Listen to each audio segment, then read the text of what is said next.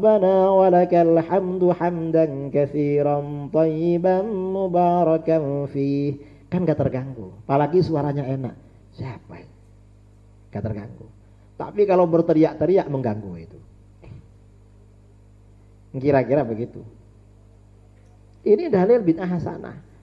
Begitu disampaikan pada Wahabi seperti tadi alasannya. Itu Rasulullah masih hidup. Gak apa-apa bikin yang baru.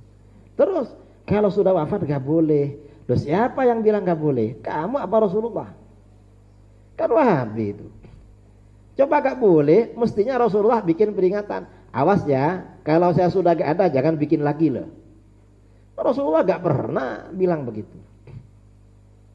Ini dalil bid'ah hasanah. Jadi seorang sahabat membuat bacaan baru ketika bangun menuju i'tidal dalam sholat tanpa ada tuntunan sebelumnya dari Nabi SAW. Dan ternyata Nabi SAW membenarkannya. Ini dalil lain ya bid'ah hasanah. Membaca surat Al-Ikhlas dalam setiap rakaat sholat. An Anas radhiyallahu an. Anas berkata, kana rajulun minal ansar ya'ummuhum fi masjid Quba. Ada seorang laki-laki Ansar menjadi imam golongan Ansar di Masjid Quba. Masjid Quba itu dari masjidnya Rasulullah SAW itu kira-kira berapa kilo itu? Kalau naik mobil tuh kira-kira setengah jam kan? Setengah jam, karena sekarang macet. Mungkin kalau lagi sepi, naik motor 5 menit nyampe mungkin. Hah? Ya kalau mobil. Nggak, kalau naik motor, naik kereta dan sepi jalanan, ngebut, mungkin 5 menit nyampe itu. Karena kan bisnya biasanya pelan kan? Naik bis. Karena nggak ada sewa motor di sana. Nah, ada seorang laki-laki menjadi imam Ansar. Wa kana kullama iftataha suratan yaqra'u biha lahum fis sholati mimma yuqra'u bihi iftataha biqul huwallahu ahad hatta yafrugha minha thumma yaqra'u suratan ukhra ma'ahad. Imam itu setiap memulai surat yang akan dibaca dalam sholat selesai Fatihah, dia awali dengan membaca surat Al-Ikhlas, lalu baca surat yang lain. Wa kana yasna'u dzalik fi kulli rak'ah, dan itu dia lakukan setiap rakaat.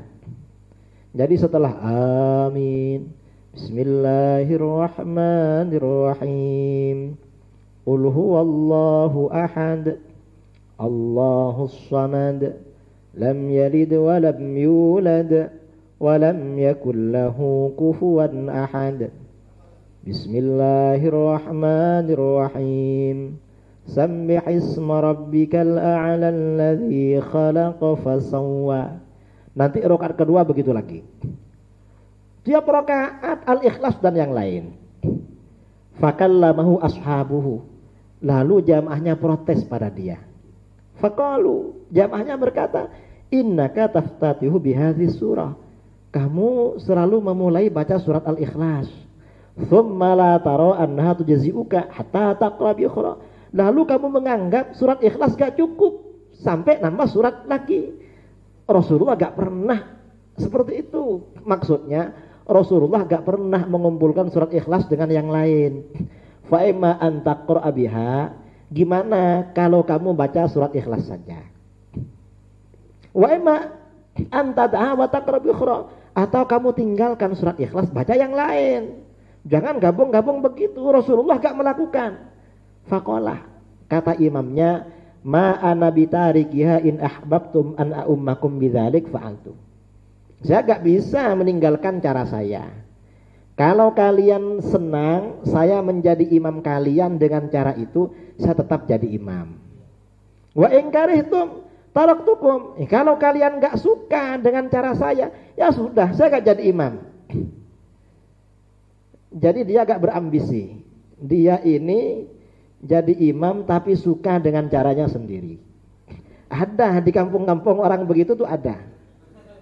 Jadi memang suka sendiri. Wa kanu yarawna annahu min afdalihim. Jamaahnya memandang orang ini paling top. Memang paling karismatik, paling tokoh. Paling soleh lah. Ini paling soleh ini. Kalau bukan ini yang imami gak enak. Wa karihu ayyuhum ghairu. Mereka gak suka kalau yang menjadi imam orang lain. Harus ini yang jadi imam. Cuma caranya loh. Nah, di kampung-kampung itu ada kadang begitu. Kalau kita berhentikan, gantinya yang selevel dia gak ada. Kalau dia gak diganti, caranya bikin sendiri. Ada kadang. Ternyata sejak masa Rasulullah sudah ada. Sahabat yang model begitu ada. Falamma atahumun Nabi sallallahu alaihi wasallam akhbaruhul khabar. Begitu Rasulullah datang, Rasulullah tuh setiap hari Sabtu datang ke Kuba.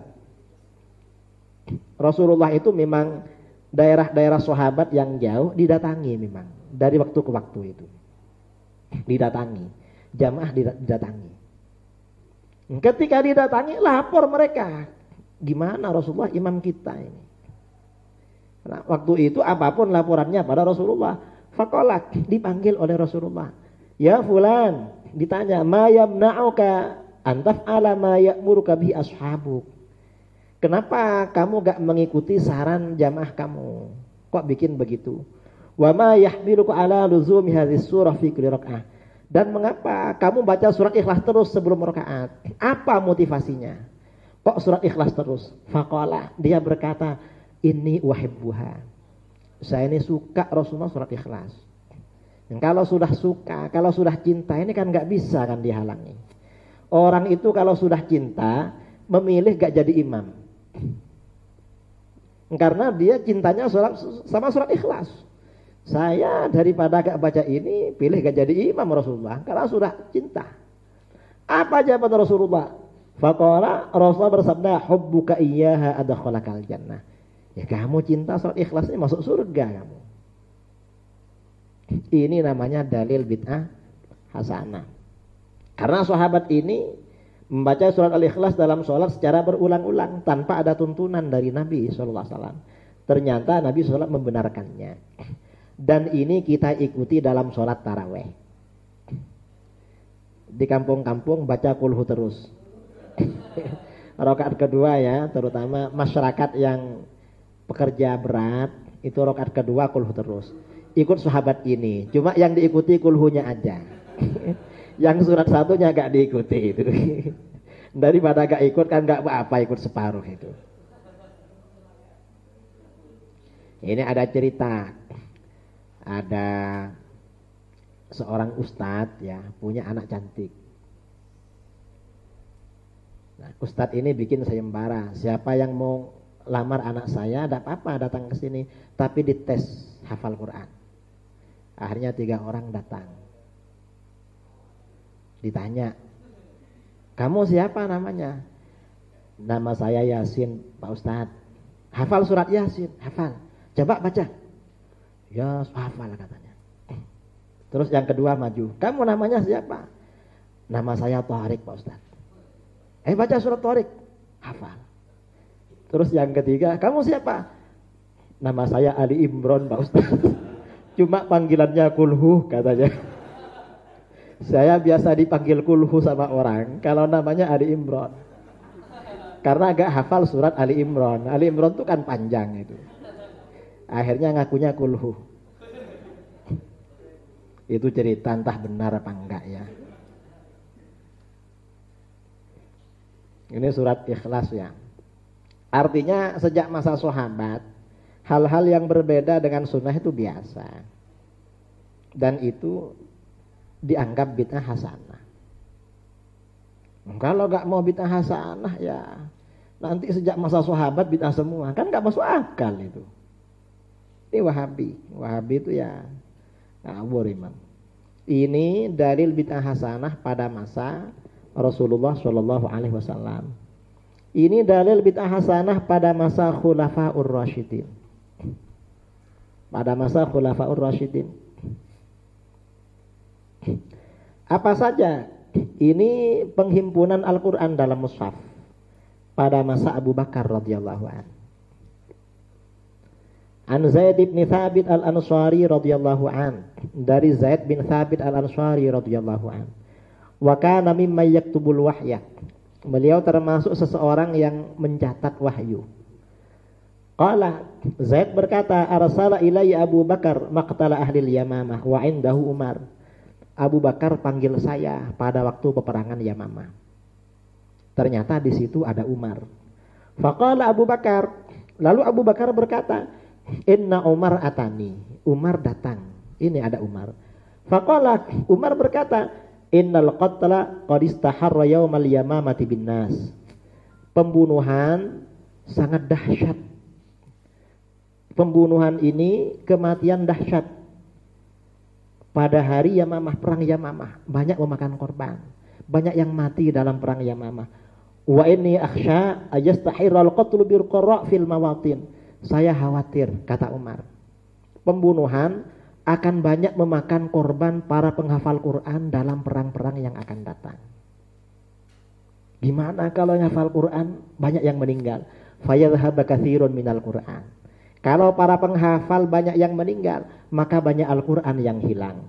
Illa antajma'u. Kecuali kalau Tuhan sebagai kepala negara menghimpun Al-Quran. Wa inni akhsha wa inni la'ara antajm Al-Quran. Aku berpendapat sebaiknya Anda sebagai kepala negara himpun Al-Quran. Qala Abu Bakar berkata, qultu li Umar, aku berkata kepada Umar, kaifa af'alu syai'an lam yaf'aluhu Rasulullah sallallahu alaihi wasallam.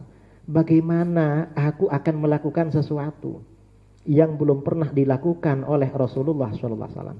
Berarti bid'ah. Menghimpun Al-Qur'an jadi satu, Rasulullah enggak pernah melakukan, berarti bid'ah. Faqala Umar berkata, huwa wallahi khair. Demi Allah itu baik. Walaupun Rasulullah gak pernah melakukan, baik itu demi Allah.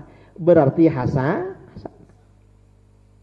Falam yazal Umar yuraji'uni hatta syarahallahu lidzalika sudri. Wa ra'aitu alladhi ra'a Umar. Maka Umar terus berdiskusi dengan aku. Umar tukar pikiran dengan aku. Hingga akhirnya Allah melapangkan dadaku pada usulan itu. Dan aku berpendapat seperti pendapat Umar. Berarti penghimpunan Al-Quran ini statusnya bid'ah hasanah menurut Abu Bakar dan Umar. Qala Zaid bin Thabit, Zaid berkata, wa Umar indahu jalis la yatakallam. Umar ada di situ duduk gak berbicara karena dia yang punya usulan. Yang penting kepalanya kena. Jadi Umar. Faqala Abu Bakar berkata, innaka rajulun syabun akilun.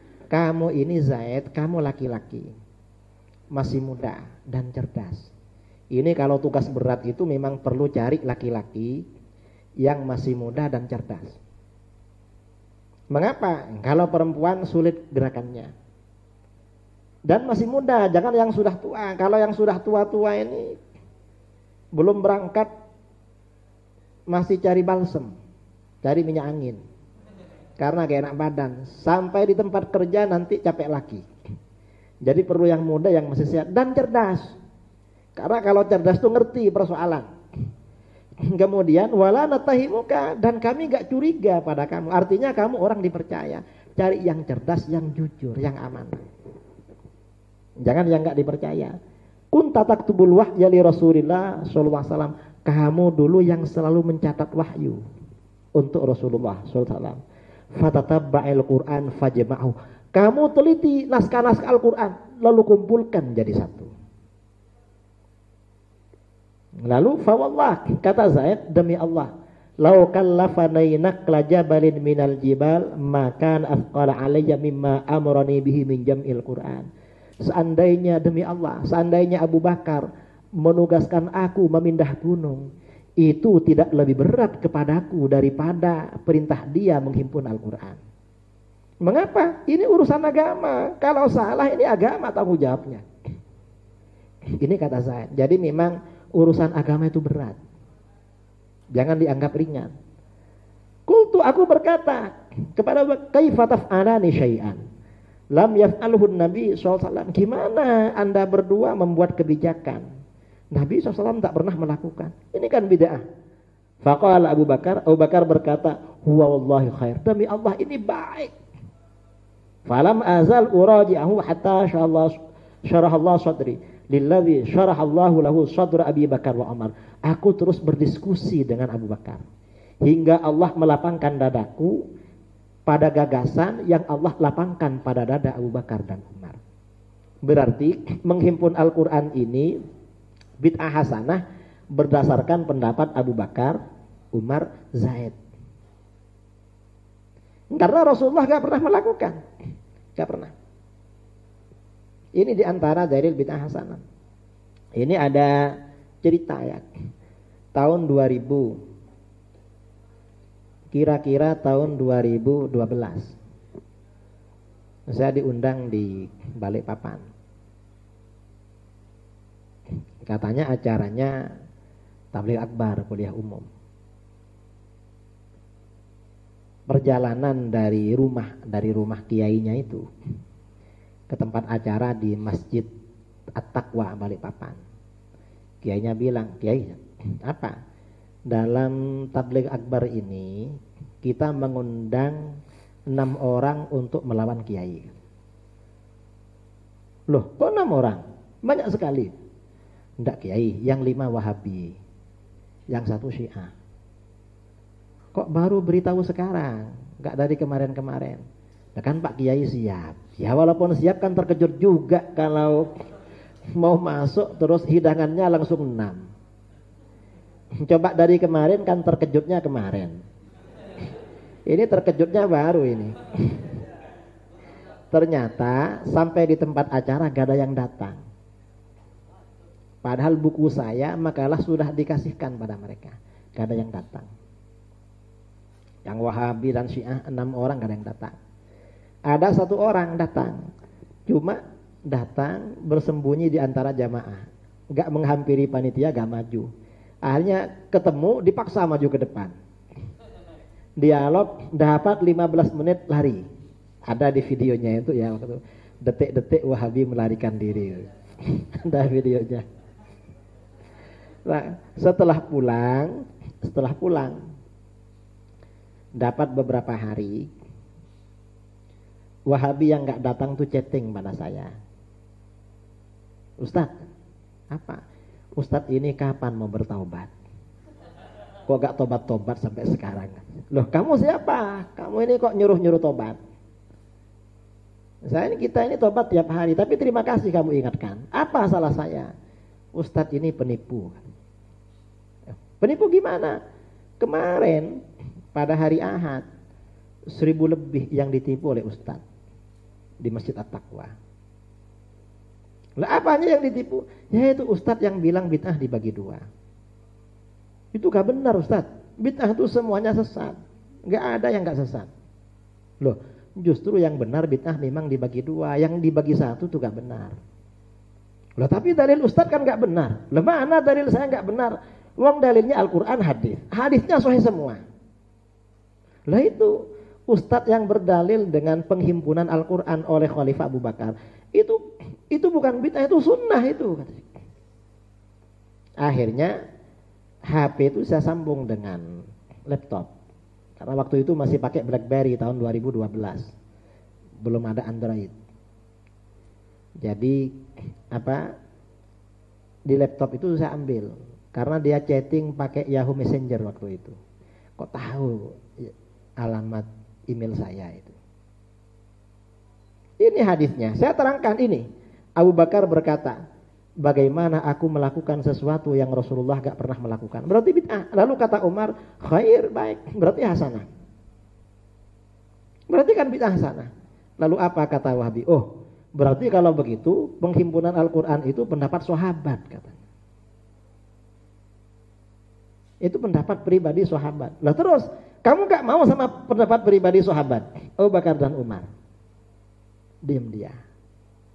Lah pendapat pribadi Abu Bakar dan Umar wajib diikuti. Dan pendapat kamu walaupun hebat, padahal pendapat kamu gak ada yang hebat, gak boleh diikuti. Dan pendapat kamu gak ada yang hebat. Apalagi Abu Bakar dan Umar ini statusnya khulafaur rasyidin.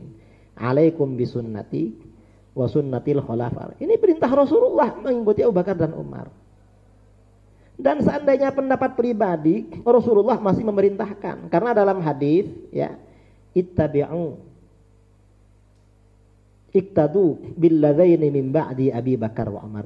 Ikuti dua pribadi, dua sosok sesudah Abu Bakar dan Umar. Hatta pribadi diperintahkan diikuti. Yang kita ini ikut perintah Rasulullah berarti. Akhirnya kata Wahabi, terima kasih Ustaz katanya. Nah, sekarang kamu yang bertobat dari Wahabi. Karena kamu gak ikut Rasulullah. Kamu mungkin ikut ustaz-ustaz kamu. Atau kamu ini begini akibat kamu belajar di jalanan seperti pengamen. Pengamen itu bernyanyi tapi tidak profesional. Akhirnya hasilnya seperti kamu. Bilang terima kasih. Artinya apa? Wahabi itu gak mau pada pendapatnya sahabat Abu Bakar dan Umar. Mengapa gak mau? Merasa dirinya hebat. Padahal gak ada yang hebat. Itu perasaan aja Wahabi. Merasa hebat walaupun tidak hebat. Ini dalil bid'ah hasanah ya. Kemudian dalil bid'ah hasanah pada masa Khalifah Umar. Ya sholat tarawih itu. An Abdurrahman bin Abd al-Qari annahu qala, Abdurrahman berkata, kharajatu ma'a Umar bin al-Khattab radhiyallahu an lailatan fi Ramadan ilal masjid. Pada suatu malam aku keluar bersama Umar di bulan Ramadan menuju masjid. Fa'idzan an-nasu auza'un mutafarriqun. Ternyata orang-orang berkelompok-kelompok, berpencar-pencar. Yusallir rajulu li nafsi wa yusallir rajulu fa yusalli bi sholatihi rahat. Ada orang yang sholat sendiri, ada yang sholat beberapa orang, ada sholat beberapa orang. Dulu para sahabat menghatamkan Al-Quran di dalam sholat. Karena zikir yang paling utama itu baca Quran, paling afdal. Dan lebih afdal lagi kalau dibaca di dalam sholat. Nah, sahabat yang gak hafal itu biasanya ikut imam yang bacaannya suka menurut dia. Pilih. Suka sama itu, ikut itu. Jadi di Masjid Madinah ini banyak kelompok-kelompok. Kemudian faqala Umar berkata, inni ara law jama'tu haula ala qarin wahid lakana amsal. Saya kira kalau mereka ini saya kumpulkan pada satu qari, satu imam, pasti lebih ideal. Ini idealnya jadi satu aja. Thumma azama fajama'ahum ala Ubay bin Ka'b. Lalu Umar bermaksud ya mengumpulkan mereka, dikumpulkan kepada Ubay bin Ka'ab. Jadi satu imamnya Ubay bin Ka'ab. Tsumma kharajtu ma'ahu lailatan ukhra wan nas yusalluna bi sholati qarihim. Pada malam yang lain aku keluar lagi bersama beliau. Sementara orang-orang mengerjakan sholat mengikuti satu qari Ubay bin Ka'ab. Faqala Umar berkata, ni'mal bid'atu hadhi. Ini bid'ah paling baik ini.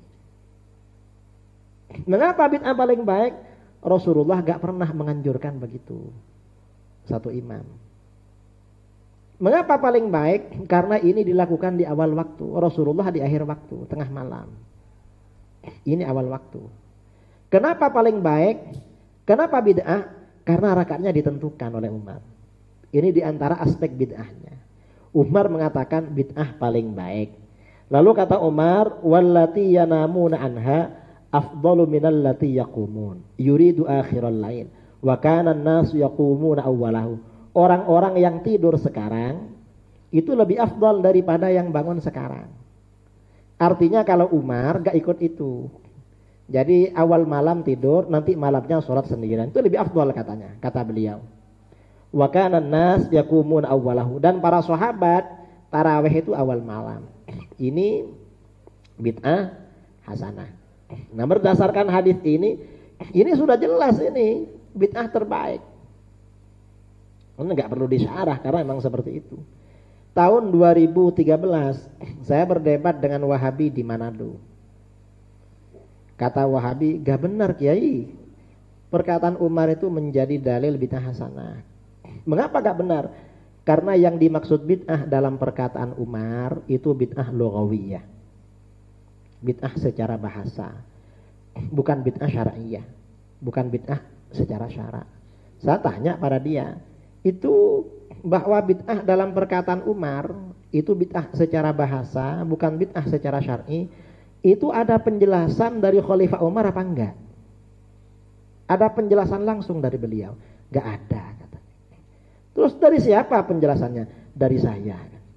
Kamu juru bicara Khalifah Umar? Bukan. Ya gak bisa kalau begitu. Dan gak mungkin perkataan Sayyidina Umar ini diarahkan pada bid'ah secara bahasa. Mengapa? Sayyidina Umar berbicara hal ini dalam kapasitas beliau sebagai kepala negara, Khulafaur Rasyidin, jabatan syar'i. Beliau berkata begitu bukan dalam kapasitasnya sebagai guru bahasa Arab, bukan. Tapi sebagai khalifah yang syar'i. Karenanya hadis ini oleh para ulama dicatat dalam kitab-kitab hadis dan itu kitab syar'i, bukan di dalam kitab-kitab bahasa. Kamu gak ngerti kamu. Akhirnya diam. Gak jawab dia. Kalau yang dimaksudkan perkataan Umar ini bid'ah lughawiyah, bahaya kamu. Mengapa bahaya? Karena Sayyidina Umar ini oleh Rasulullah termasuk orang yang dijadikan standar kebenaran. Innallah, sabda Rasulullah, innallaha ja'alal haqqa ala lisani Umar wa qalbi. Allah menjadikan kebenaran melalui lidah Umar dan hatinya. Ini yang dimaksud ini kebenaran syar'i, bukan kebenaran bahasa. Kalau maksudnya bahasa, berarti Rasulullah ini maksudnya bahasa. Gak benar itu kamu. Bahaya kamu ini. Persoalan agama dianggap persoalan bahasa. Akhirnya diam. Dan biasanya Wahabi jawabannya itu. Coba kalau ada Wahabi di sebelahnya datangi. Kita ini dalil bid'ah hasanah, ini perkataan Umar. Ni'matil bid'ah, sebaik bid'ah. Pasti mereka itu bid'ah secara bahasa. Jawabannya ya tadi. Bahasa itu ada penjelasan dari Khalifah Umar apa enggak? Enggak ada. Nah, enggak ada kok kamu jelaskan. Terus dari siapa? Pasti bilangnya dari dia atau dari gurunya. Kalau dari gurunya tanyakan, guru kamu siapa namanya? Namanya ini. Nah, guru kamu itu jubir Khalifah Umar apa bukan? Dulu itu gak ada jubirnya dulu itu. Karena dulu khalifah itu alim-alim, kepala negara hebat-hebat. Sekarang ini karena orang jadi pimpinan gak hebat ya. Kalau ngomong salah-salah diluruskan oleh jubirnya.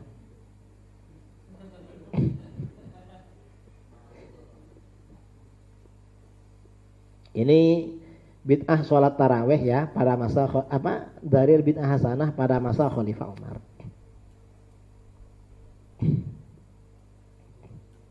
Kemudian bid'ah hasanah pada masa Khalifah Utsman, azan Jumat 2 kali pada masa Utsman radhiyallahu an.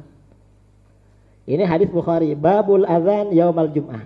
Anis Sa'ib bin Yazid radhiyallahu an. Dari Sa'ib bin Yazid radhiyallahu an. Qala kana nida'u yaumal jum'ati awwaluhu idza jalasal imamu 'alal mimbar 'ala ahdin Nabi sallallahu alaihi wasallam wa Abi Bakar wa Umar radhiyallahu anhuma. Azan itu pada hari Jumat pertama kali ketika imam duduk di mimbar. Imam duduk di mimbar lalu azan. Itu pertama kali. Pada masa Nabi SAW, Abi Bakar dan Umar. Falamma kana Utsman radhiyallahu an. Ketika Utsman menjadi khalifah, wa kathuran nas, dan penduduk Madinah semakin ramai. Zadan nida ats-tsalits 'ala az-zuhra. Menambah adzan yang ketiga di zuhur. Adzan pertama maksudnya. Dikatakan ketiga karena pada masa Rasulullah enggak ada. Adzan pertama di gedung yang namanya Zawra di atas pasar Madinah. Karena orang aktivitasnya di pasar. Adzan pertama. Sekarang enggak di pasar. Mengapa enggak di pasar? Karena di masjid sudah ada mikrofonnya, sudah nyampe ke pasar. Jadi azan 2 kali. Sekarang azan 2 kali enggak cukup. Karena enggak cukup, sejak jam 11 masjid-masjid pada hari Jumat biasanya mengudarakan apa biasanya? Al-Quran kan, qiraah Quran. Mengapa? Kalau enggak ada itu dianggap hari Kamis sama orang. Karena orang tuh lupa hari, orang tuh sibuk dunia. Saya pernah ya di Denpasar, ada anak buah saya itu hari Jumat gak ke masjid. Dia di tokonya, gak ke Jumatan. Lupa Kiai kalau hari Jumat katanya. Karena orang tuh pikirannya bukan pikiran ibadah kepada Allah. Pikirannya besok dapat berapa. Kalau seorang yang beriman itu besok hari Jumat. Hari Jumat ini surat yang utama apa saja. Banyak yang, wah ini kesempatan, ini peluang. Besok hari ini, sunnah-sunnah hari apa. Itu kalau beriman. Kalau orang sekarang enggak. Ini setoran sekian. Terus gimana ini? Itu sekarang. Beda dengan orang dulu. Jadi ini azan Jumat dan ini ibadah. Kata Wahabi, enggak ada qiyas di dalam ibadah. Lah ini Sayyidina Utsman qiyas dalam ibadah. Dari tadi qiyas semua. Dan itu sejak masa Rasulullah SAW. Jadi ini bid'ah hasanah pada masa Utsman bin Affan. Dan ini disepakati oleh para sahabat. Yang enggak mau ini Muhammadiyah. Muhammadiyah enggak mau. Mengapa? Tidak ikut khulafaur Rasyidin. Enggak ikut memang Muhammadiyah. Dan enggak mau tongkat. Enggak tongkat. Kalau kita pakai tongkat, mengapa Rasulullah khutbah pakai tongkat? Para sahabat pakai tongkat. Wahabi. Nah, tongkatnya Masjid Nabawi itu yang memotong itu siapa? Orang Khawarij pada masa Sayyidina Utsman. Sayyidina Utsman mau khutbah sama orang Khawarij, tongkatnya dirampas, dipotong ke ini, sampai akhirnya setelah itu kena azab lututnya oleh Allah, kena penyakit. Jadi Wahabi mirip Khawarij, makanya gak mau tongkat, karena yang mematahkan tongkatnya Rasulullah pada masa Sayyidina Utsman. Di Aceh tahun 2015, saya awal ke Aceh. Setelah pulang dari Aceh, Masjid Baitur Rahman Banda Aceh direbut oleh Aswaja dan wajib pakai tongkat. Ada orang Wahabi dari Aceh, satu grup di WA. Loh, kok masalah tongkat dipersoalkan di Aceh? Saya tanya, itu tongkatnya siapa Ustaz? Tongkat sholat Jumat. Ya kalau tongkat sholat Jumat ya wajib dipersoalkan. Kalau gak pakai tongkat. Loh, mengapa dipersoalkan? Karena itu ajaran sunnah. Sunnahnya siapa? Loh, siapa lagi kalau bukan Rasulullah? Kamu ikut siapa? Itu sunnah Rasul. Kamu gak mau tongkat. Hadisnya sahih dalam Sahih Muslim. Hadis tentang tongkat ini lebih 20 hadis. Enggak pakai tongkat.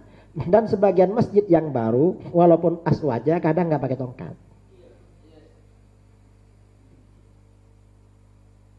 Karena terpengaruh dengan Muhammadiyah sama Wahabi. Apa? Nah, khotibnya perlu bawa tongkat dari rumahnya. Makanya para ulama, para asatidz perlu punya tongkat. Saya punya di rumah, cuma nggak dibawa itu. Karena kalau pakai tongkat nanti dikira sudah tua. Akhirnya agak payu kalau ingin kawin lagi. Ini bid'ah hasanah pada masa Sayyidina Utsman. Pada masa Sayyidina Ali, sholat hari raya di 2 tempat pada masa Sayyidina Ali.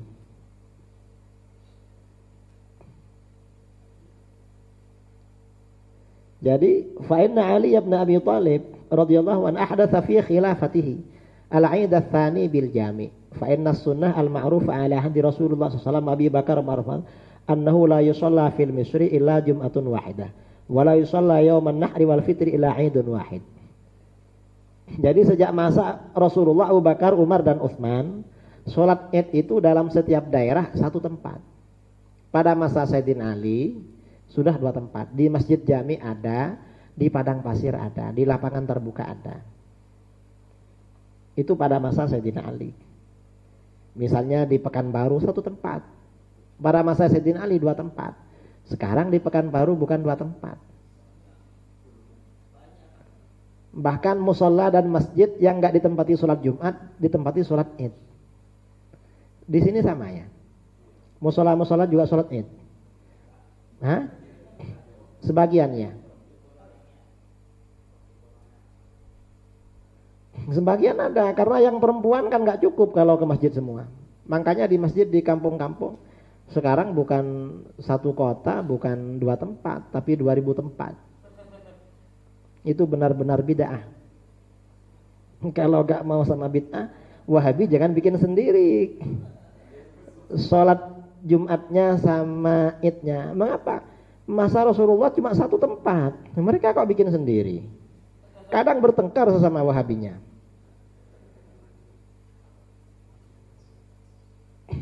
Ibnu Umar radhiyallahu an menambah bacaan talbiyah. An Abdullah bin Umar radhiyallahu an, anna talbiyata Rasulillah sallallahu alaihi wasallam.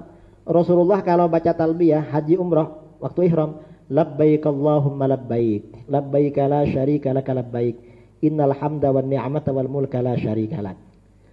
Qal, muridnya berkata, wa kana Abdullah bin Umar radhiyallahu anhuma yazidu fiha. Abdullah bin Umar menambah talbiyahnya, labbaik labbaik wa sa'daik wal khairu biyadaik. Ini sahabatnya Rasulullah nambah bacaan.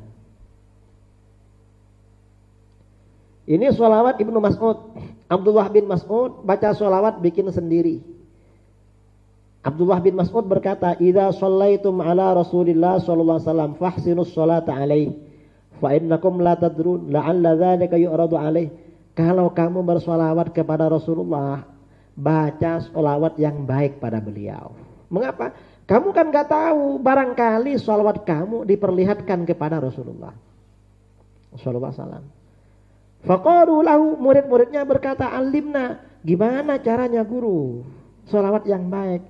Qala qulu, begini caranya, Allahumma ja'al sholatak wa rahmatak wa barakatik ala sayyidil mursalin wa imamil muttaqin wa khatamin nabiyyin Muhammadin abdika wa rasulik imamil khair wa qaidil khair wa rasulir rahmat. Allahumma ba'ath maqam mahmudan yaghbiduhu bil awwalun wal akhirun. Allahumma sholli ala Muhammadin wa ala ali Muhammad kama shallaita ala Ibrahim wa ala ali Ibrahim innaka Hamidum Majid. Allahumma barik ala Muhammadin wa ala ali Muhammad kama barakta ala Ibrahim wa ala ali Ibrahim innaka Hamidum Majid. Ini hadis sahih riwayat Ibnu Majah. Abdullah bin Mas'ud. Makanya para ulama juga banyak bikin redaksi sholawat-sholawat yang lain. Ada sholawat nariyah, sholawat fatih, sholawat tibbiyah, sholawat istighatsah, sholawat macam-macam lah. Ada. Wahabi gak mau, mengapa? Bid'ah katanya. Gak pernah selesai bid'ah ini. Padahal ini sudah selesai masanya sahabat. Wahabi belum selesai. Mengapa? Mereka memang orang tertinggal. Karena tertinggal mereka bilang ayo kembali kepada Al-Quran dan Sunnah. Kembali gak nyampe-nyampe. Ya, karena memang tertinggal, gak ikut. Dan tersesat jalan. Kan aliran salah jalan lagi, gak nyampe-nyampe itu. Dan ini betul. Ini redaksi sholawat susunan Ibnu Abbas. Ibnu Abbas sholawatnya, Allahumma taqabbal syafa'ata Muhammadin al-kubra warfa'a darajatahu al-'alya wa'atihi su'lahu fil akhirati al-ula kama ataita Ibrahim Musa alaihi wassalatu wassalam. Redaksi sholawat Imam Asy-Syafi'i. Imam Syafi'i di dalam kitab Ar-Risalah ya sholawatnya, wa sallallahu ala Muhammadin 'adada ma dzakarahu adz-dzakirun wa 'adada ma ghafara 'an dzikrihil ghafilun. Imam Syafi'i. Artinya apa? Ya para ulama yang menerima bikin seperti itu. Artinya bid'ah hasanah itu sudah selesai sejak masa salaf. Yang enggak selesai itu Wahabi. Dan mereka memang enggak mau menyelesaikan. Mereka suka bikin masalah. Karena Wahabi ini memang mereka ini memang rekayasa Yahudi. Sekarang ini orang Wahabi bingung dengan kasus Saudi Arabia. Karena pemerintahan Saudi Arabia sekarang menuju liberalisme sekularisme. Bahkan ulama-ulama Wahabi yang masih istiqomah ya ada di penjara semua di Saudi.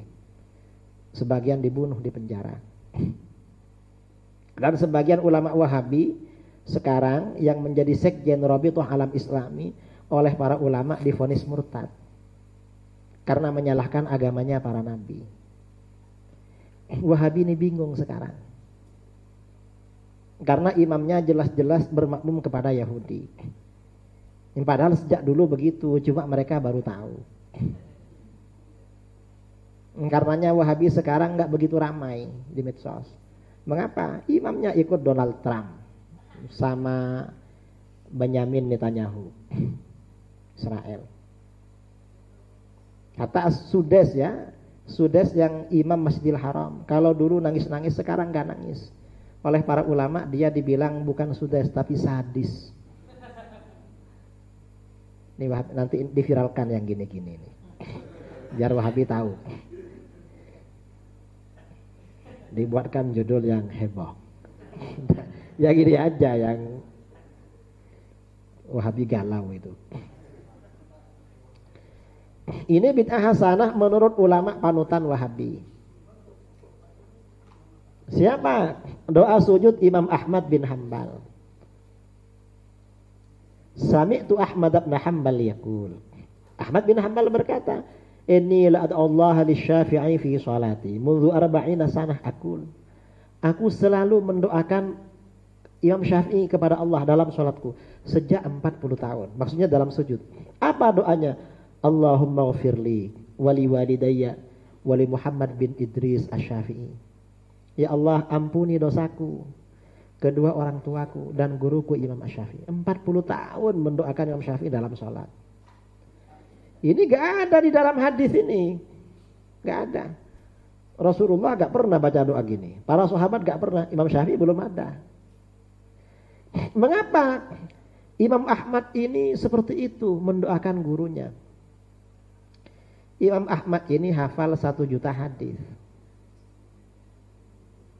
Sebelum berguru kepada Imam Syafi'i, ahli hadis itu kalau berdebat dengan ahlur ra'yi, dengan murid-muridnya Imam Abu Hanifah kalah terus.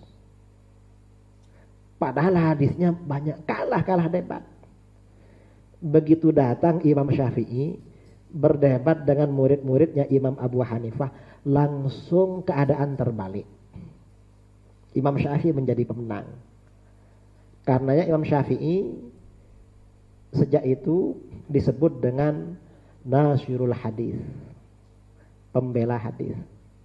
Dan kata murid-muridnya Ibu Hanifah, ini kebelakangan, kalau ahli hadis ini berdebat pasti pakai logikanya Imam Syafi'i katanya. Dan betul memang. Imam Ahmad walaupun hafal 1 juta hadis, tapi sering tidak paham cara memadukan hadis. Belajar kepada Imam Syafi'i, akhirnya bisa menggunakan hadisnya. Karenanya selalu didoakan. Dan sekarang ini menurut penelitian orang-orang barat ya, orang-orang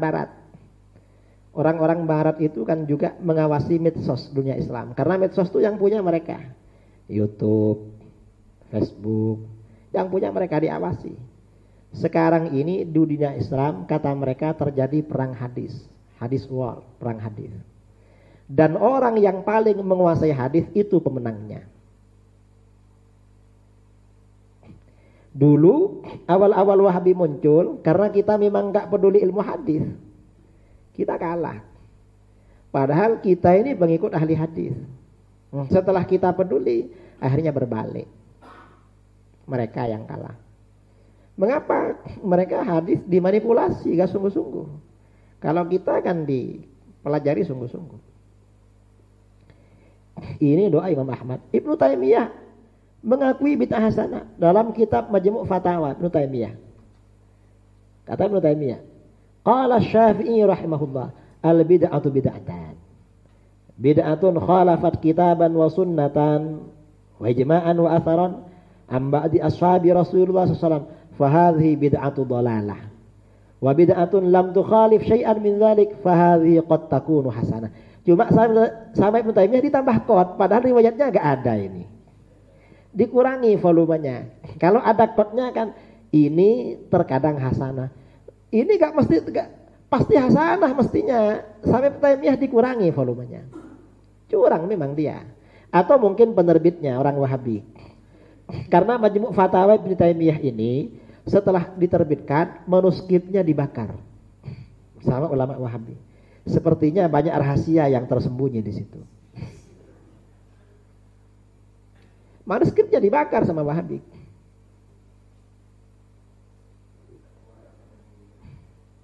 Nah, ni'matul bid liqauli Umar ni'matul bid'atu hadhi. hadzal kalam aw nahwuhu rawahul Baihaqi bisnadis sahih. Ini sahih kata Ibnu Taimiyah fil Madkhal, dalam kitab Al-Madkhal. Ibnu Taimiyah. Artinya apa? Ibnu Taimiyah mengakui bid'ah ada dua. Dan Ibnu Taimiyah ini pengamal bid'ah setiap selesai sholat subuh. Apa bid'ahnya Ibnu Taimiyah? Ini dalam kitab Al-A'lamul Aliyah fi Manaqib Ibnu Taimiyah, karangan Umar bin Ali Al-Bazzar ya. Fa idza faragha minas shalah, ini ringkas aja ya. Kesimpulan dari riwayat di atas, sehabis sholat subuh Ibnu Taimiyah berzikir secara berjamaah dengan murid-muridnya. Berdoa secara berjamaah pula seperti layaknya warga Nahdliyin, warga NU atau orang-orang Riau. Berjamaah. Pandangannya selalu diarahkan ke langit. Ini yang tidak kita lakukan. Dan gak ada dalilnya habis sholat subuh memandang ke langit, gak ada. Ibnu Taimiyah melakukan. Ini kita menganggap bid'ah hasanahnya Ibnu Taimiyah. Sehabis itu, ya. Ia membaca surat Al-Fatihah hingga matahari naik ke atas. Surat Fatihah dibaca diulang-ulang. Padahal gak ada keterangan hadis anjuran baca Fatihah tiap subuh sampai matahari naik ke atas, gak ada. Ibnu Taimiyah memulai sendiri. Ini bid'ah hasanah.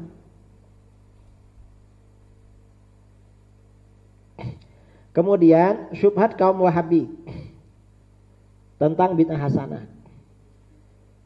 Syubhat pertama, lafal kullu bermakna keseluruhan. Ini syubhat. Ini dikatakan oleh guru mereka Syekh Utsaimin ya dalam syarah Aqidah Wasithiyah. Mengapa dia gak mau bid'ah hasanah? Kata dia gak mau bid'ah hasanah, kullu bid'atin dhalalah. Hadza kalamun 'amun musawwarun bi aqwa lafdhin dalin 'alal umum wa huwa lafdhu kullu. Ini kullu bid'atin dhalalah adalah redaksi umum yang dipagari dengan lafal terkuat yang menunjukkan pada arti keumuman. Yaitu kullu, ini ada kullu, ini nggak bisa dibatasi karena sudah ada kullu. Ini kata Syekh Utsaimin. Benarkah kalau ada kullu gak bisa dibatasi? Alasan ini sangat lemah. Karena kullu masih memungkinkan untuk dibatasi atau ditaksis jangkauannya. Ini kata siapa? Kata dia juga di kitab yang sama. Di mana? Saya punya kitab ini, Syarah Wasithiyah. Ini yang tadi ya, yang tadi juz 2 halaman 315. Kullu bid'atin dhalalah, kullu gak boleh dibatasi. Kalamun 'amun musawwar bi aqwa lafdhin dalin 'alal umum wa huwa lafdhu kullu. Nah, padahal sebelumnya juz 1 jilid 1 halaman 430. Ini kitab yang sama. Ketika Utsaimin berpolemik, berdialektika, polemik dengan Mu'tazilah. Dia berkata, wa yaral Mu'tazilah annal Qur'ana makhluk wa laysa kalam Allah. Mu'tazilah berpendapat Quran ini makhluk dan bukan firman Allah. Wa yastadilluna dzalik biqaulillahi ta'ala. Mu'tazilah berdalil dengan firman Allah Ta'ala, Allahu khaliqu kulli syai'. Allah lah pencipta segala sesuatu. Sedangkan Quran itu sesuatu. Wal Qur'anu syai'un, Quran itu sesuatu. Fa yadkhulu fi umumi qawlihi kulli syai'. Berarti Quran masuk dalam keumuman firman Allah segala sesuatu. Berarti Quran makhluk. Apa kata Utsaimin? Kata Utsaimin, anna misla hadza ta'bir kulli syai'. Sebenarnya redaksi seperti ini, kulli syai', segala sesuatu, amun, itu redaksi umum. Qad yuradu bil khas. Kadang yang dimaksudkan itu terbatas. Umum tapi maksudnya terbatas. Mithlu qoulihi ta'ala ammalikati Saba, seperti firman Allah tentang Ratu Saba. Wa utiyat min kulli syai'. Ratu Bilqis oleh Allah dikaruniakan segala sesuatu. Semuanya diberikan kepada Bilqis. Kata Utsaimin, wa qad kharaja syai'un katsir lam yadkhul fi milkiha min syai'. Padahal banyak sekali yang oleh Allah gak diberikan kepada Bilqis. Mithlu mulki Sulaiman, seperti kerajaannya Nabi Sulaiman. Jadi kullu dibatasi. Ini bilang karena ada kullu gak bisa dibatasi. Curang dia. Artinya apa? Ulama Wahabi itu bukan tidak tahu, tetapi karena ikut hawa nafsu. Karena kalau ada kepentingan, kaidah dipakai. Kalau kepentingannya beda, pura-pura tidak tahu, itu Wahabi. Ini kitab mereka. Kitab Syarah Aqidah Wasithiyah, 2 jilid.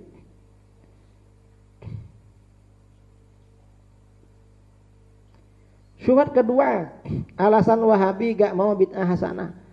Apa? Agama telah sempurna.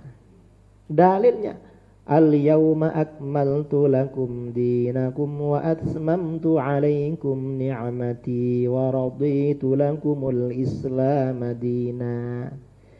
Pada hari ini aku sempurnakan bagimu agamamu dan aku sempurnakan bagimu nikmatku dan aku ridhai Islam sebagai agamamu.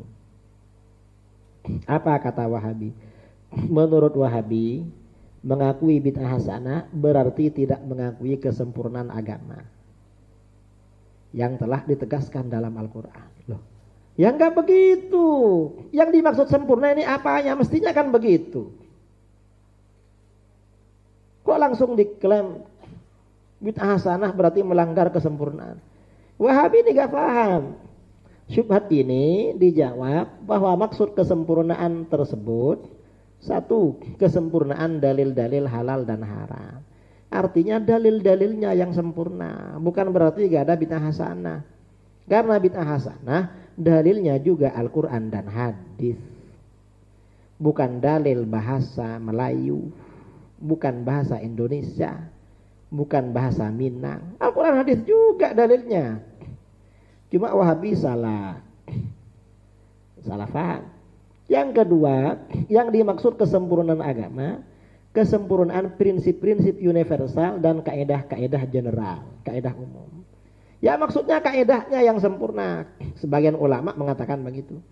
Ada yang mengatakan kesempurnaan agama maksudnya kesempurnaan umat Islam dalam beribadah haji setelah orang-orang musyrik dilarang. Karena ayat ini turun setelah orang musyrik gak boleh haji. Ada yang mengartikan begitu. Bukan kesempurnaan menolak bid'ah hasanah. Wahabi itu ngawur. Karena yang saya bilang di depan Wahabi, ya agama sudah sempurna. Cuma otak kamu yang belum sempurna. Ini kitab-kitab tafsirnya ya. Syubhat ketiga, pernyataan Ibnu Umar tentang bid'ah. Ini dikeluarkan oleh orang-orang Wahabi di medsos di mana. Mengapa gak ada bid'ah hasanah? Loh, Ibnu Umar berkata, An Ibnu Umar radhiyallahu anhu maqala, kullu bid'atin dhalalah wa in ra'ahan nasu hasanah. Setiap bid'ah adalah sesat meskipun orang-orang memandangnya sebagai satu kebaikan. Loh, dalil bid'ah hasanah itu Al-Qur'an dan hadis. Ini ditakwil juga perkataan Abdullah bin Umar. Maksudnya bid'ah yang tercela, yang sesat itu. Kalau bid'ah yang baik ya gak tersesat. Harus ditakwil. Nah, syubhat perkataan Ibnu Umar tersebut dapat dijawab bahwa yang dimaksud bid'ah yang sesat adalah bid'ah yang mazmumah, tercela, bukan bid'ah yang hasanah. Hal ini terbukti dengan amaliyah Ibnu Umar sendiri yang melakukan dan menegaskan bid'ah hasanah dalam riwayat berikut ini. Bid'ah hasanah sahabat Ibnu Umar. Tadi kan disampaikan Abdullah bin Umar membaca talbiyah menambah redaksi sendiri dari beliau. Berarti bid'ah hasanah maksudnya tadi, bid'ah tercela. Dan Ibnu Umar sendiri juga menegaskan adanya bid'ah hasanah. Anil Hakam bin Al-A'raj qala sa'altu Ibnu Umar radhiyallahu anhuma an salatid duha wa huwa musnidun dhahrahu ila hujratin Nabi sallallahu alaihi wasallam faqal bid'ah wa ni'matil bid'ah. Aku pernah bertanya kepada Ibnu Umar tentang sholat duha yang ketika itu punggungnya bersandar pada kamar Nabi SAW. Ibnu Umar menjawab, sholat duha itu bid'ah dan itu adalah sebaik-baik bid'ah. Maksudnya bid'ah apa? Kalau dikerjakan terus menerus di rumah itu bid'ah, karena Rasulullah mengerjakan cuma dalam perjalanan. Cuma bid'ah terbaik Sholat duha itu.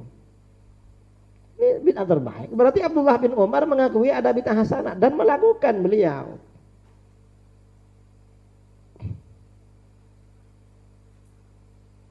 Dasarnya ya ini, yang di bawah ini. Syubhat keempat, perkataan Ibnu Mas'ud radhiyallahu an tentang bid'ah. Kata mereka, Abdullah bin Mas'ud berkata, "Ittabi'u wa la tabtadi'u, faqad kufitum." Ikutilah kalian, jangan membuat bid'ah karena kalian telah tercukupi dengan yang ada. Jangan bikin lagi, sudah ikuti yang ada. Oh, berarti Ibnu Mas'ud melarang bid'ah hasanah. Padahal ini kan perkataan umum kan, tidak jelas kan. Oleh Wahabi langsung diklaim menolak bid'ah hasanah. Kaum Wahabi menjadikan perkataan sahabat Ibnu Mas'ud radhiyallahu an di atas sebagai alasan menolak bid'ah hasanah. Karena beliau melarang membuat bid'ah secara mutlak. Syubhat ini dapat dijawab bahwa bid'ah yang dilarang oleh beliau adalah bid'ah mazmumah atau tercela berdasarkan amaliyah dan penegasan Ibnu Mas'ud sendiri tentang bid'ah hasanah dalam riwayat berikut. Ini Ibnu Mas'ud yang menegaskan, ma ra'ahul muslimuna hasanan fahuwa 'indallahi hasan. Wa ma ra'ahul muslimuna sayyi'an fahuwa 'indallahi sayyi'.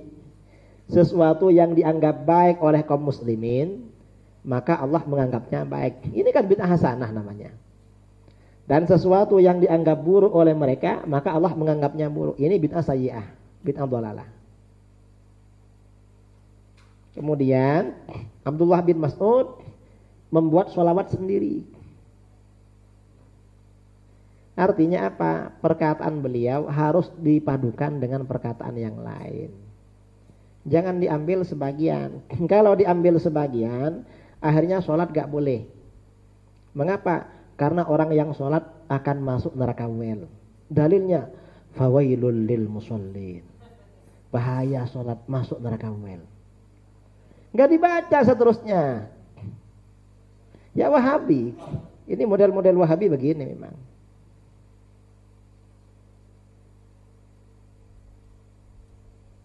Syubhat kalimat, perkataan Imam Syafi'i tentang teori ihtisan. Wahabi menolak bid'ah hasanah. Ini Imam Syafi'i berkata, man istahsana faqad syarra. Barang siapa yang mengambil hukum berdasarkan teori ihtisan, anggapan baik, maka ia telah membuat syariat baru.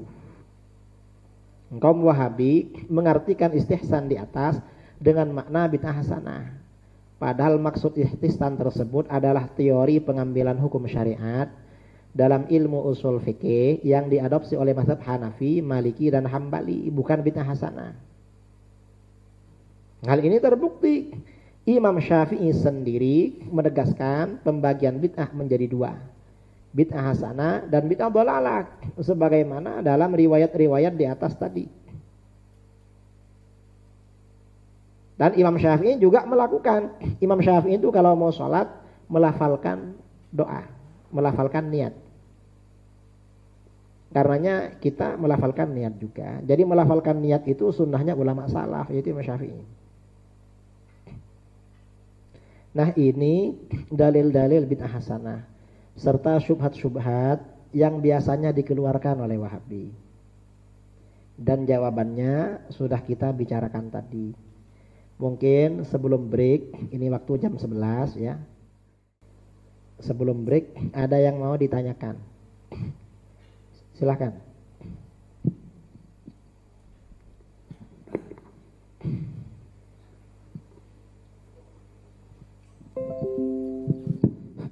Bismillahirrahmanirrahim. Assalamualaikum warahmatullahi wabarakatuh. Saya ingin kayak diskusi saja.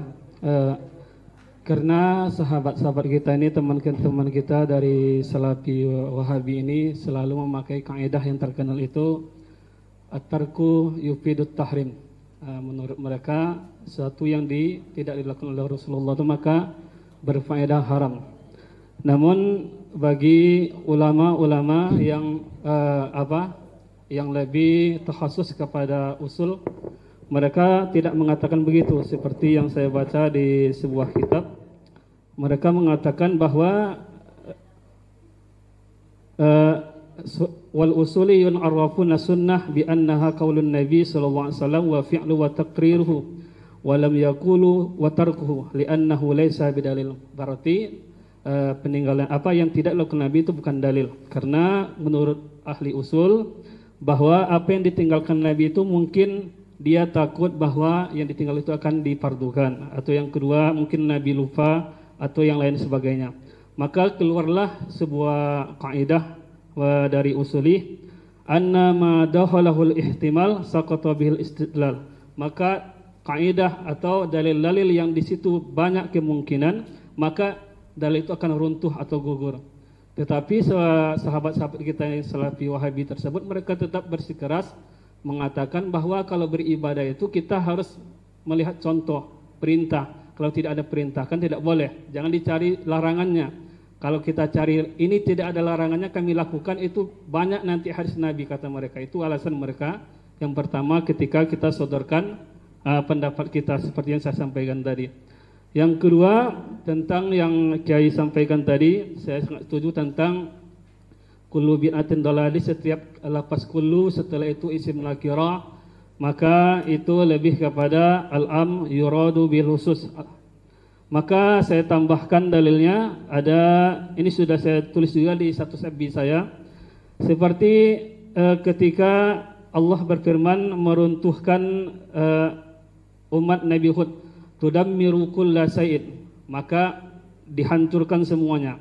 Tetapi ini kan tidak semuanya dihancurkan, bumi tidak dihancurkan, orang-orang yang beriman tidak dihancurkan, maka ini juga meruntuhkan dalil-dalil mereka yang mengatakan setiap kali lafaz kul setelahnya isim nakirah, maka berlafaz umum. Dan seperti yang Kiai sampaikan tadi, Allah juga berfirman, ya ayuhan nasu alimna mantiqat tayri wa utina min kulli syai'in. Allah berikan segala sesuatu kepada Nabi Sulaiman. Tapi di sini juga ada pengkhususannya. Nabi Sulaiman tidak diberikan dunia, diberikan langit, matahari dan sebagainya. Maka ini sudah memperkuat apa yang saya tulis di FB saya. Namun saudara-saudara Salafi terus mereka tidak mau. Mereka sampai-sampai membuat jargon itu, kita itu seperti penikmat BH, katanya. BH itu artinya bid'ah hasanah. Dibuat dikonotasikan negatif terus. Tapi mereka tidak mau membaca dalil-dalil kita. Di bagaimana itu, Kiai? Itu saja tanggapan dari saya. Assalamualaikum warahmatullahi wabarakatuh.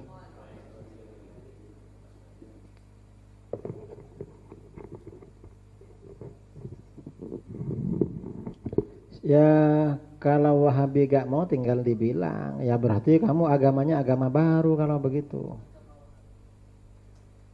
Kamu cara pemahamannya pemahaman baru, gak sama dengan ulama salaf.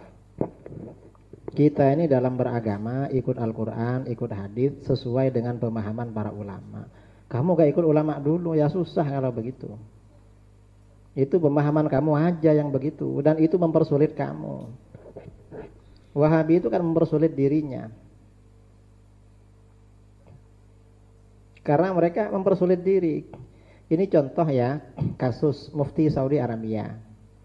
Ditanya Maulid Nabi, bid'ah hasan, apa haram, mungkar, segala macam. Lalu ditanya tentang perayaan Hari Nasional Kemerdekaan Saudi.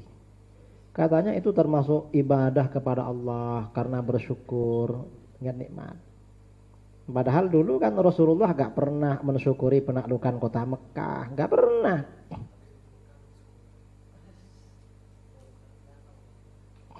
Sering begitu. Wahabi memang tidak ikut kaidah. Kaidah itu diikuti ketika sesuai aja. Kalau yang awam-awam itu memang sudah dicuci otak, dikunci. Artinya apa? Orang awam itu oleh ustadz-ustadz Wahabi yang pertama gak boleh mendengarkan ceramahnya ustadz-ustadz syubhat. Ustadz Somad itu disingkat ustadz ahli syubhat. Mendengarkan aja gak boleh. Itu tak kira baca tulisan sampean itu. Wong mereka kadang begitu kita nulis dapat beberapa detik langsung komentar dan panjang sekali itu. Mereka ini sudah siap copy paste. Jadi memang jamaah copy paste, jamaah kopas. Jadi sulit kalau seperti itu. Berarti dia hanya tinggal menunggu hidayah saja dari Allah.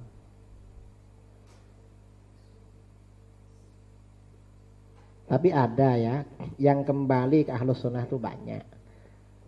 Saya ya sebelum berangkat ke sini kemarin itu kan ada orang Salafi, orang Wahabi dari Malang. Dia mulai dari SMA sampai S1 di UGM di Jogja itu Wahabi. Begitu kuliah S2 di Inggris itu sering mendengarkan ceramah kita keluar dari Wahabi. Dia banyak bercerita, iya Kiai memang ini kita ini dulu sama ustadz-ustadz di doktrin pertama itu syubhat jangan didengar. Dan terus ketika ada dalil-dalil yang ampuh kita sebenarnya juga ragu-ragu goyah. Cuma kan ada senjata pamungkas apa? Syubhat, gak usah didengar. Sudah gak mendengar. Mau diapakan lagi? Itu berarti kan otaknya gak dipakai.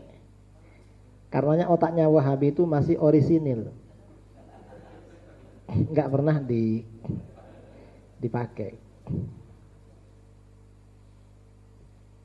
Ya bagus itu yang sampean tulis di Facebook tuh bagus. Teruskan. Yang saya sampaikan ini kan memang hanya sebagian kan, hanya contoh-contoh aja. Dan harus dilawan. Biasanya kalau ada yang melawan mereka agak berani. Dan saya tuh ingin di Pekanbaru ini kita bentuk laskar ya, apa namanya, kelompok lah. Jadi kalau ada Wahabi bikin daurah, bikin apa di masjid datang, nanti didebat. Ustaz, tadi kok begini? Karena biasanya pergi setelah itu, nggak di masjid itu lagi. Itu caranya seperti itu, penting. Dulu ada orang Wahabi bangun masjid besar di Kediri, di Badas. Akhirnya oleh orang-orang Aswaja, setiap mereka bikin acara datang semua Aswaja. Akhirnya lama-lama mereka gak betah, masjidnya ditinggalkan, diserahkan pada kita. Jadi kita gak perlu bangun itu.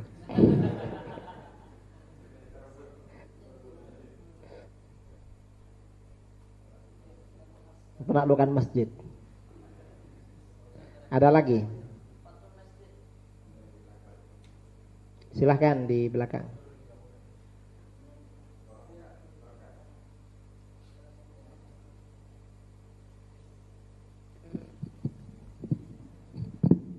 Bismillahirrahmanirrahim. Assalamualaikum warahmatullahi wabarakatuh.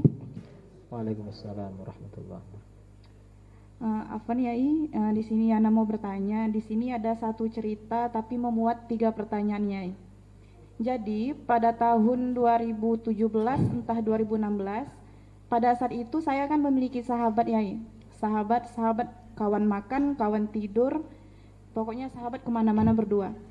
Jadi pada saat itu saya itu sering hadir di majelis Ustadz Abdul Somad. Nah sebelum itu kan, jadi saya itu bingung, kenapa teman saya itu selalu mengajak saya kan ke majelis Wahabi. Maka saya itu penasaran. Maka tahun 2017 saya sering mengikuti majelis Wahabi karena penasaran. Mulai dari Abu Darda, apalagi yang di Nangka, RJ, Raudatul Jannah, sampai yang di Rumbai, sampai yang di Nurussalam yang dekat sini. Jadi saya ikutilah semuanya itu kan karena penasaran. Jadi pada saat itu yang memang terkenal itu pada saat itu Khalid Basalamah ataupun Syafiq Riza.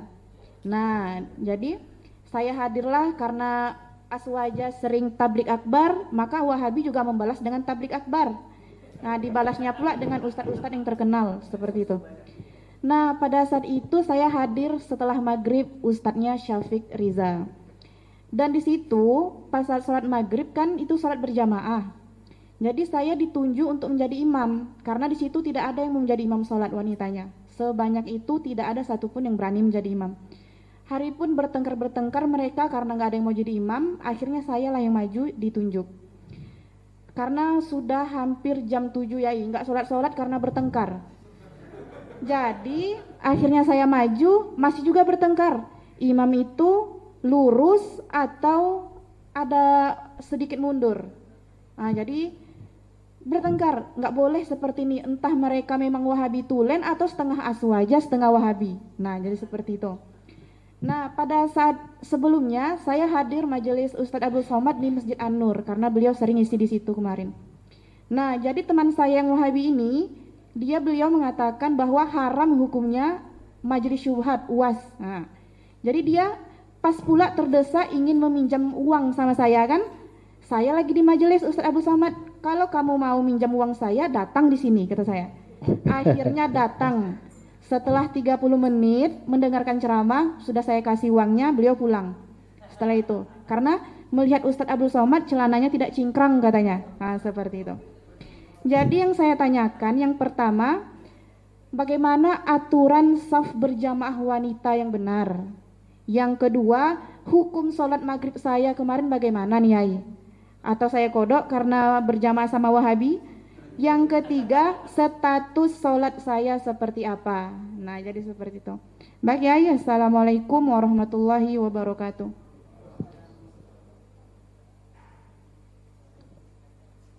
Status sholat apa yang terakhir?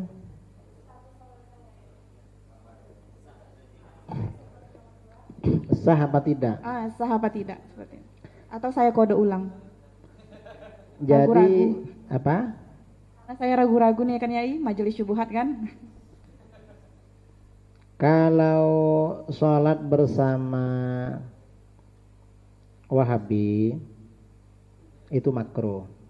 Kalau imamnya Wahabi, jadi tidak disunahkan sholat berjamaah dengan Wahabi. Makruh ya. Jadi begini, kata para ulama, misalnya masjid ini Ahlus Sunnah, di sebelah Wahabi, maka bermakmum kepada Wahabi hukumnya makruh. Kalau gak ada masjid lagi, yang ada Wahabi semua, ini yang afdal bermakmum apa sholat sendirian?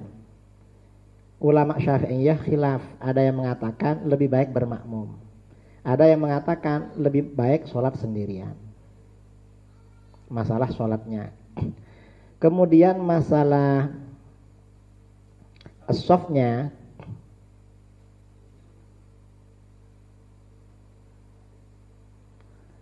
as-shafnya sholat perempuan ya di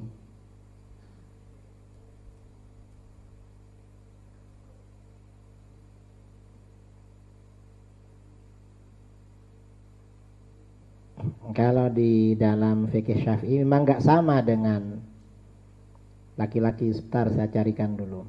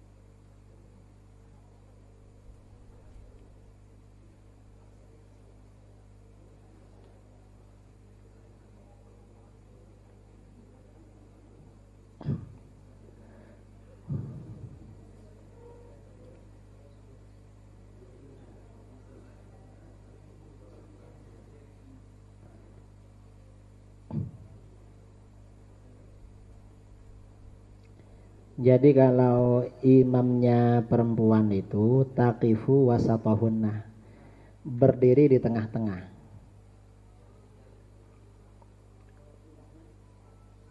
Qultu walau sholla khunsa binisa'in taqaddama alaihinna.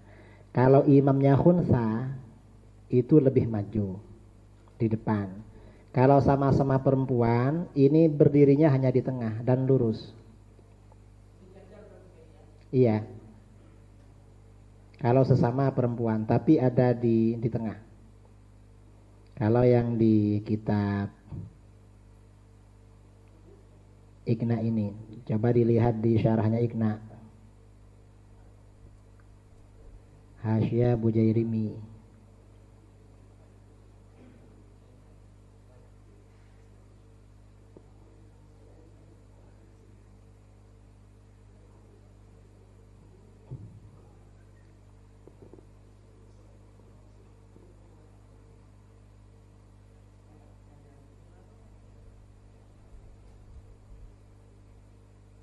Wa anta kaifa imamatuhunna wasatahunna falau aumahunna ghayru muratin quddima alaihin. Kalau lain jenis itu imamnya lebih maju. Kalau sesama perempuan ada di tengah.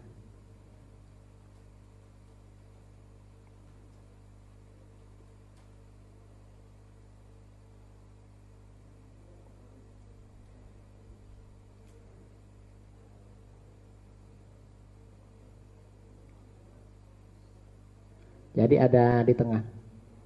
Kalau sholatnya tadi itu sah, gak usah diulang. Cuma ya makruh. Makanya kalau ke tanah suci, sebagian ulama Indonesia itu gak sholat di Masjidil Haram, sholat di hotel. Karena khawatir imamnya Wahabi. Sebagian begitu. Sebagian sholat di Masjidil Haram tapi bikin jamaah kedua. Karena bikin jamaah kalau bareng-bareng itu makruh. Makanya ganti jamaahnya. Ya, kalau jamaah masih ada itu bikin lagi makruh hukumnya.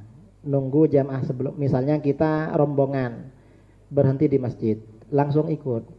Kalau itu karena sudah akhir mau selesai atau sedikit, kita nunggu mereka salam baru takbir. Jadi begitu. Terus ada lagi. Zuhur jam berapa? Hah? Ada pertanyaan lagi, penanya ketiga. Ya, karena nanti ini nanggung, habis ini zuhur biar lama sekalian. Assalamualaikum warahmatullahi wabarakatuh. Mengenai makruhnya bermakmum dengan Wahabi ini, jadi begini Kiai. Di musola dekat rumah saya itu memang banyak aswaja di sana. Cuman imam besar kami, padahal nak resmi kan, dianggap imam besar lah sama kami itu kan. Jadi begini Kiai. Kalau tidak ada marbot itu, nah kadang saya sama imam besar itu kadang datang juga orang satu orang Wahabi, tapi Wahabinya ini tidak mengkafir-kafirkan lah Kiai, bisa dibilang jinak lah Kiai. Ya. Wahabi jinak. Ya, tapi kalau pengajian-pengajiannya lebih ke pengajian Wahabi Kiai. Karena saya pernah dengar dari warga setempat, beliau tidak mau menerima Sabrul Somad, tidak mau mendengarkan pendapat Sabrul Somad. Jadi kami membaca itu, beliau ini Wahabi, tapi yang jinaknya itu. Jadi begini Kiai, bapak-bapak ini dia sering menyuruh bapak yang Wahabi jinak ini jadi imam Kiai. Misalnya masjid musola itu kosong Kiai, saya kan kalau tidak ada marbotnya saya yang azan, lalu saya yang qomat. Yang ada tuh cuman bapak itu sama bapak yang Wahabi ini. Nah malahan bapak yang aswaja malah nyuruh yang Wahabi ini Kiai jadi imam. Oh anu aja, nanti kalau selesai azan yang Wahabi itu suruh iqomat. Biar kamu yang jadi imam atau yang itu. Jadi kadang saya tuh Kiai kadang saya cepatkan datang ke situ kan biar tak diambil sama Wahabi. Apalagi sholat malam tuh kalau tidak ada bapak yang imam besarnya ini malah maju Wahabi nanti jadi gimana tuh saya agak cemas juga kan bermakmum dengan bapak itu kan. Karena marbotnya ndak ada siang-siang tuh apalagi hari Ahad tuh kan. Majulah bapak yang Wahabi ini. Saya yang azan, saya yang qomat, bapaknya maju langsung itu. Jadi bagaimana gitu Itu cuma 3 orang jamaahnya. Nah ada yang lain cuman yang rata-ratanya di imam saya, kadang bapak itu, kadang bapak yang Wahabi itu kadang anak bapak yang Wahabi itu yang jadi imam Marbot kami itu siang jarang di musola malam yang sering di musola itu Ya itu makruh itu. Walaupun begitu ya makruh. Cuma ya ini kamu harus bikin cara biar terbebas dari imam Wahabi. Jadi dia kasih jadwal iqomat aja biar gak jadi imam. Ya susah memang orang awam di kampung-kampung itu gak ngerti.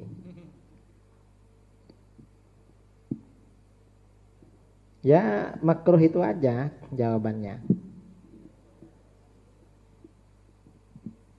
Makanya saya tuh sering subuh tuh ke masjid yang aswaja daripada musola Ya bagus begitu emang. Kamu harusnya ke masjid aja. Jangan ke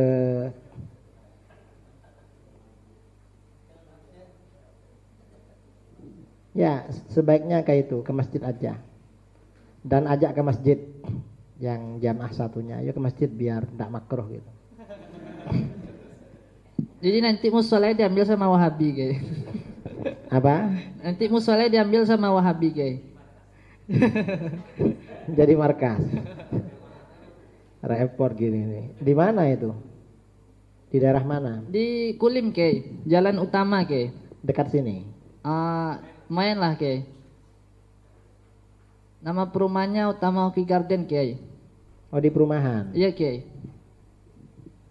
Jadi di dekat sana tuh banyak masjid tapi di perumahan kami tuh ada musola baru 3 tahun lah berdiri Masjid itu udah lama berdiri Itu problem sosial itu, bukan problem cuma menyangkut problem hukum.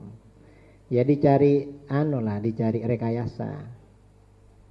Atau yang Wahabi itu disadarkan, diajak diskusi, diajak apa, biar gak makruh habis itu. Imam besar nih kadang nak tahu pula dia kadang dah kasih tahu malah masih mempersilahkan bapak tuh jadi imam. Mungkin nanti di masjid itu, di musola itu bikin taklim.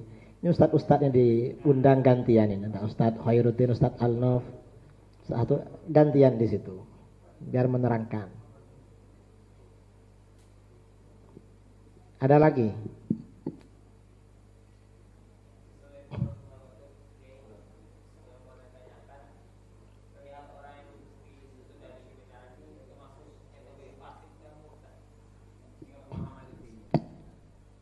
Tergantung. Kalau kebenaran itu perkara wajib atau haram itu fasik. Kalau masalah kekufuran itu murtad. Tergantung masalahnya. Kalau cuma masalah sunnah atau masalah makruh jaiz itu gak sampai haram. Tergantung yang disembunyikan dan tergantung akibatnya. Dan kita memang harus berani terang-terangan menyampaikan itu. Jangan takut. Kadang-kadang orang tuh takut. Ya mungkin pakai strategi. Mungkin awal-awal itu agak lembut, agak apa. Baru setelah itu terang-terangan. Berbicara misalnya ngisi masjid. Kadang kita ngisi masjid. Saya dulu ngisi masjid Raya Banda Aceh. Oleh kawan-kawan di sana, kiai, terangkan kesesatan Wahabi, tapi jangan menyebut nama Wahabi. Mereka ini yang penting gak disebut namanya katanya. Akhirnya kita membicarakan kesesatan Wahabi, cuma gak disebut Wahabi, kita sebut aliran sesat. Karena kalau disebut Wahabi tersinggung, kalau aliran sesat enggak merasa sesat. Kalau disebut Wahabi, mereka merasa Wahabi tersinggung. Kadang begitu. Kadang ya disampaikan itu pelan-pelan dulu. Tapi harus disampaikan, jangan disembunyikan. Ada lagi?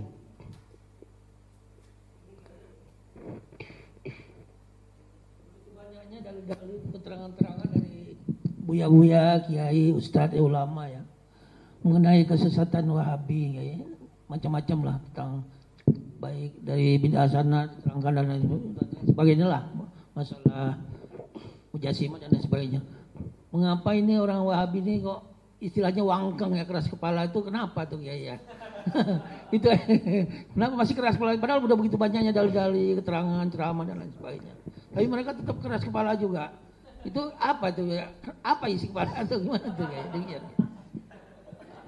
Kalau di dalam kitab-kitab aqaid itu kata para ulama, orang-orang Mujassimah kalau sekarang Wahabi itu mengapa bertahan? Kalau orang awam itu karena dicuci otak oleh ustadznya. Kalau yang ustadz-ustadz itu mengapa bertahan? Itu kata para ulama, li hutamin ya'khudhuhu li suhtin ya'kuluhu wa hutamin ya'khudhuhu. Karena barang haram yang mereka ambil dan harta yang mereka karena barang haram yang mereka makan dan harta yang mereka ambil. Artinya apa? Mempertahankan bayarannya, mempertahankan gaji.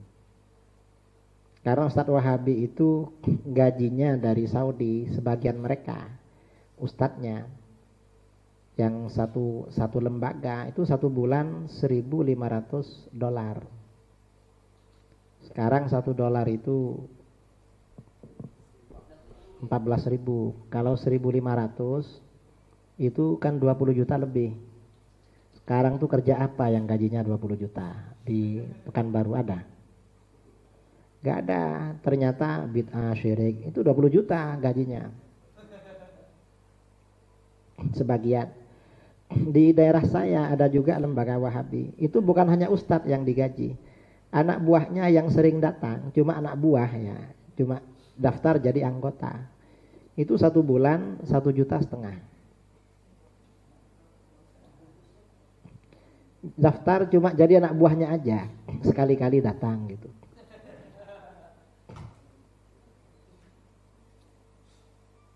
Memang mereka ya seperti itu.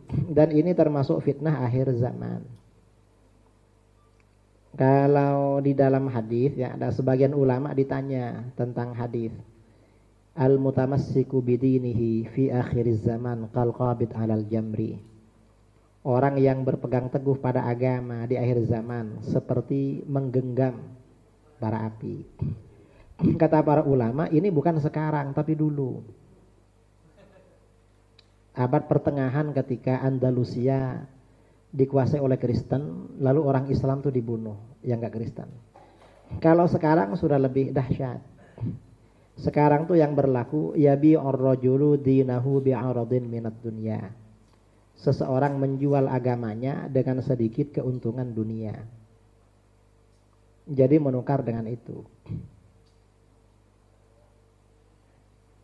Jadi ustadz-ustadz di luar ahlus sunnah itu ya latar belakangnya awalnya karena gaji. Karena ada yang bayar. Dan itu sudah rahasia umum.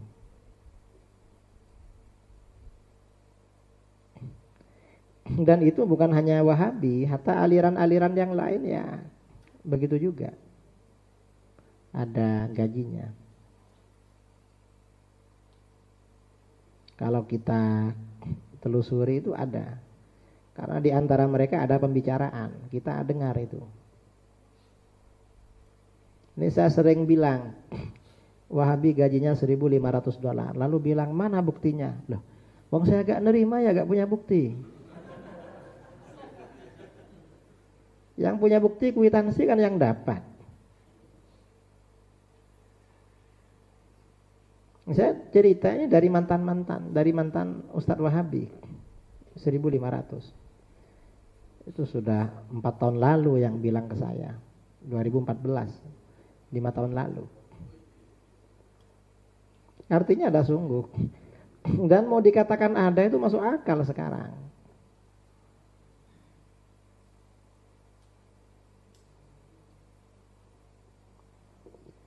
Ada lagi, tinggal 5 menit kita sampai ini.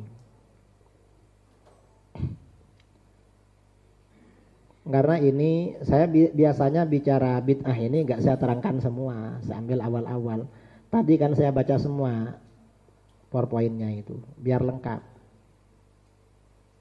Insya Allah ya, walaupun Wahabi kalau mendengarkan sungguh berubah itu. Dan mereka emang nggak mau dengar. Sampai dikasih buku gratis tuh gak mau. Mengapa? Kata Ustadz saya haram baca buku ini. Baca aja sudah haram. Mendengarkan juga haram. Ya susah kalau begitu. Mereka memang tertutup. Ada lagi? Kalau gak ada, kita break ya. Baca tasbih majelis. Subhanakallah bihamdik asyhadu an la ilaha illa anta astaghfiruka wa atubu ilaik. Assalamualaikum warahmatullahi wabarakatuh.